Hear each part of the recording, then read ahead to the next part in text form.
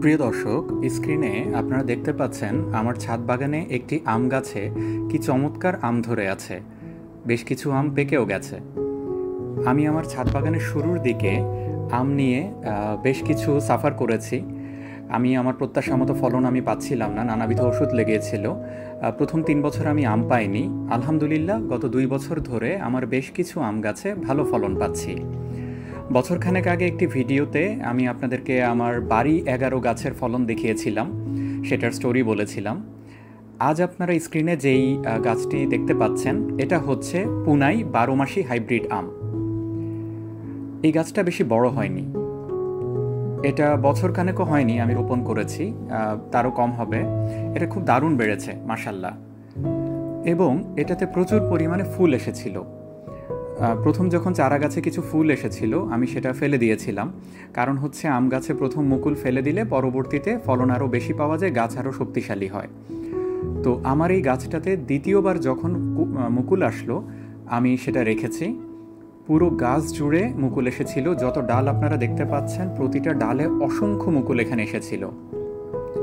দুর্ভাগ্যজনকভাবে এর পরেই ঘূর্ণিঝড় রামেল আক্রমণ করে বাংলাদেশে, এবং আমার পুরো গাছটাকে একদম তছনছ করে দেয়। প্রায় ৭০-৮০ ভাগ মুকুল সেই ঝড়ে পড়ে যায় এবং আমার ডালপালা অনেক ভেঙে যায়। তো এটা দুর্ভাগ্যজনক, আমার কিছু করার ছিল না। বাট যেই মুকুলগুলো ছিল সেগুলোকে আমি নানাভাবে যত্ন করে রাখার চেষ্টা করেছি। সো আমি সেটা বলছি কিভাবে রেখেছি।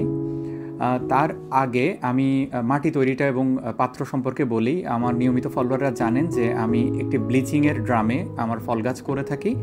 এই ড্রামটা ১৭ ইঞ্চি গভীর, ১৩ ইঞ্চি চওড়া। আমার সবগুলো ফল গাছ এখানেই রোপণ করে থাকি। মাটির সমপরিমাণ জৈব সার আমি এর সঙ্গে মিশাই 20% কোকোপিট, এর সঙ্গে 1% পরিমাণ হাড়ের গুঁড়ো, শিংকুচি, নিমখৈল। সো মাটির সমপরিমাণ জৈব সার, 20% কোকোডাস্ট এবং 1% করে হাড়ের গুঁড়ো, শিংকুচি, নিমখৈল। রাসায়নিকের মধ্যে আমি শুধুমাত্র দিয়েছি ডিএপি সার 1 চা চামচ। এভাবে মাটি তৈরি করে আমি ৪-৫ দিন রেখে দিয়েছি ড্রামে এবং পানি দিয়েছি। মাটিটা যখন স্থির হলো তারপর আমি গাছ রোপণ করলাম, এবং আমি প্রথমে মুকুল আসা পর্যন্ত আমি কিছুই দিইনি। দ্বিতীয়বার যখন মুকুল আসলো, যেহেতু প্রথম মুকুল আমি ফেলে দিয়েছি তাই আমি কোনো সার দেইনি।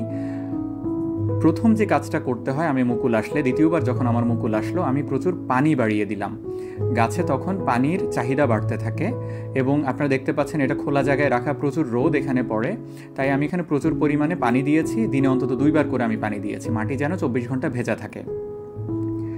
আচ্ছা, এরপর আমি প্রতি 15 দিনে একবার সরিষার খৈল পচা পানি দিয়েছি এবং রাসায়নিক পটাশ দিয়েছি। রাসায়নিক পটাশ কখনো দিয়েছি, এর সঙ্গে আমি কলার খোসা ভেজানো পানি কখনো দিয়েছি। রাসায়নিক পটাশ হয়তো 12-15 দিনে একবার, কলার খোসা ভেজানো পানি হয়তো বা 5-6 দিনে একবার। দুটোই পটাশিয়ামের চাহিদা পূরণ করে গাছের। এছাড়া গাছে আমগুলো যখন মুকুল থেকে মার্বেল আকৃতির আসলো তখন আমি এটাতে হাইড্রোজেন পারঅক্সাইড স্প্রে করেছি। 15-20 দিনে একবার আমি হাইড্রোজেন পারঅক্সাইড স্প্রে করেছি, যেন কোনো ধরনের ছত্রাক বা পোকামাকড় এতে আক্রমণ না করে। ফুল যখন আসে তখন অনেকে নানা ধরনের হরমোন দিয়ে থাকে, ফুল ধরে রাখার জন্য অনেক ওষুধ দিয়ে থাকে, কীটনাশক দিয়ে থাকে। আমি সেগুলো দেইনি। আমি হয়তো বা ভবিষ্যতে দেব, বাট আমার নিয়মিত ফলোয়াররা জানেন আমি অর্গানিকভাবে ফল ফলানোর চেষ্টা করি, সেই কারণে আমি রাসায়নিক জিনিস যত পারি কম ব্যবহার করি। প্রিয় দর্শক, আপনারা দেখতে পাচ্ছেন বেশ কিছু আম পেকে আছে। 3টা আম অলরেডি পেকে আছে, এগুলো আজকে আমরা তুলব। ছাদ বাগানের জন্য পুনাই 12 মাসি আম যে খুব জনপ্রিয় আমি তা বলবো না, বাট অনেকে করছে এবং আমটা বেশ সুস্বাদু। আপনারা চাইলে ট্রাই করতে পারেন। এটা খুব দারুণ ফল দেয়, ভালো পরিমাণে ফল দেয়, বছরে 2 থেকে 3 বার এটা ফলন দেয়। আপনারা যারা বিশ্বস্ত জায়গা থেকে চারা সোর্স করতে চান আমাকে ইনবক্স করতে পারেন, আমি আমার বিশ্বস্ত জায়গা থেকে চারা সোর্স করে দেওয়ার জন্য চেষ্টা করব। সবাইকে শুভেচ্ছা জানাচ্ছি, ধন্যবাদ জানাচ্ছি ভিডিওটি দেখার জন্য। ভালো থাকুন, আল্লাহ হাফেজ।